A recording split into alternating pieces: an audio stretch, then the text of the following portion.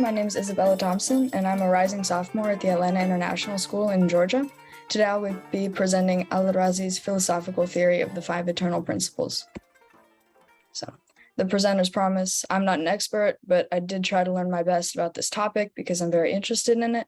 Someone here might know more than me, so please correct me, ask questions, and contribute because I'm looking to learn more. And I'm not trying to persuade you of my own agenda or convince you to take any action. And my only hope is that my presentation might cultivate your own curiosities. Firstly, I will be discussing a background on who Al-Razi was. Then I'll be explaining the five eternal principles theory. And then I will be discussing his legacy and impact. So the reason I'm curious about this is that my first choice for this presentation was Abu Zayd al-Balkhi, who I found while researching Arab scientists and medics whose works are still used today. And as I was reading about him, I found a mention of Muhammad Al-Razi and decided to look him up. I began researching him instead and found that he was all three, a philosopher, an alchemist, and a physician, and many of his works were still used today. The more I began researching his works in philosophy, the more I became interested in his most popular theory, that of the five eternal principles.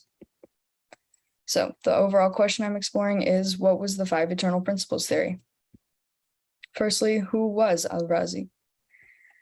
Abu Bakr Muhammad ibn Zakaria Al-Razi, born in either 864 or 865 and died in either 925 or 935, was also known as Al-Razi, or his Latin name Razes. He was a Persian alchemist, philosopher, and physician during the Islamic Golden Age. He was born in Al-Ray, a town on the southern slopes of Elburz, near what is now Tehran, Iran.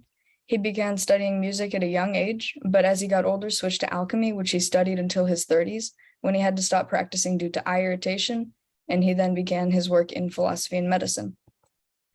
After having to stop practicing alchemy in around 895, he began his work in medicine and philosophy, which was widely regarded as revolutionary, and most of it is still used today. However, less of his philosophical works have been recovered and studied, and because of this, one of the only fully developed theories that we know of is that of the five eternal principles. However, in the work that was recovered, we know that he did have some other ideas and opinions, most of which harshly critique religion and the supposed blind faith most put into it. We also know that he loved a good argument and was known for challenging others' opinions on religion. As a quick introduction to his main views on religion, we have this quote: "If the people of this religion are asked about the proof of their soundness of their religion, they flare up, get angry, and spill the blood of whoever confronts them with this question. They forbid rational speculation and strive to kill their adversaries."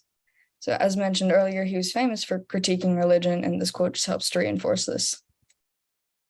The next section I'll be presenting is discussing his five eternal principles, which was touched on in the past few slides. So, his five eternal principles theory was most notably described in his book, The Philosophical Way of Life. This was the explanation for his theory that the earth and everything it consisted of was not created solely by God, but by an interaction between God and other principles: soul, matter, time, and place. Together, these made up the five eternal principles, which he used to explain mainly the creation of the earth and everything we know, and also to provide an explanation for why there is pain, suffering, and bad in the world. Some studies of this work suggest that he saw these principles as having a structure. God and soul are active and alive, matter passive and non-living, and time and place are neither active nor alive nor passing. And this is from the Stanford Encyclopedia of Philosophy. So as for the specifics of all of these principles, God is not necessarily a God that is already known and worshipped, but is described solely as omniscient and good. Soul is a universal soul that everything that was created has a part of. It is responsible for the animated behavior of everything living. Matter is made up of uncompounded atoms, which have been manipulated by God and soul, as it's described as passive in the prior quote. Place and time are both absolute indefinite amounts of space and time that simply are and cannot be controlled. So according to an article from JSTOR, the creation commences with the universal soul's desire for an attachment to matter, followed by God's intervention and the emanation of knowledge to the universal soul and to particular souls. So God has the most power out of these five. God and soul are the two that work together to manipulate matter into everything we know, like objects, objects, people, and basically everything. God had the power to manipulate the matter, while soul rendered animate qualities to whatever needed them. And since time and place cannot be manipulated, they had to be worked around. I cannot find many specifics on how time and place interacted and were interacted with, and my best guess is that God had the power to customize them, but to a very low degree, as it's been enforced that these two cannot be changed much. Finally, this section will be about Al-Razi's legacy and impacts and what others thought of him in his life and now.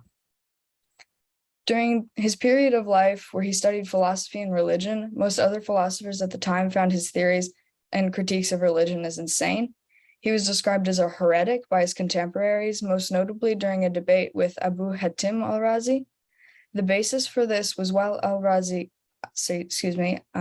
Hatim respected religion, our Al-Razi denied the validity of prophecy, rejected prophetic miracles, and sneered at the validity of religion. However, another notorious philosopher, Fakhr al-Din al-Razi, reports that our Al-Razi's critiques of religion were a lot less severe and scathing than as told by Abu Hatim. While there were plenty of mixed opinions about him in his lifetime, now students, professors, philosophers, and scholars alike all believe that he was a free thinker who boldly departed from his religious and philosophical background context. So the big idea that was explored today was what was Al-Razi's 5 eternal principles theory and what were the impacts? Thank you for listening. And here are my sources in case you would like to learn more. Thank you.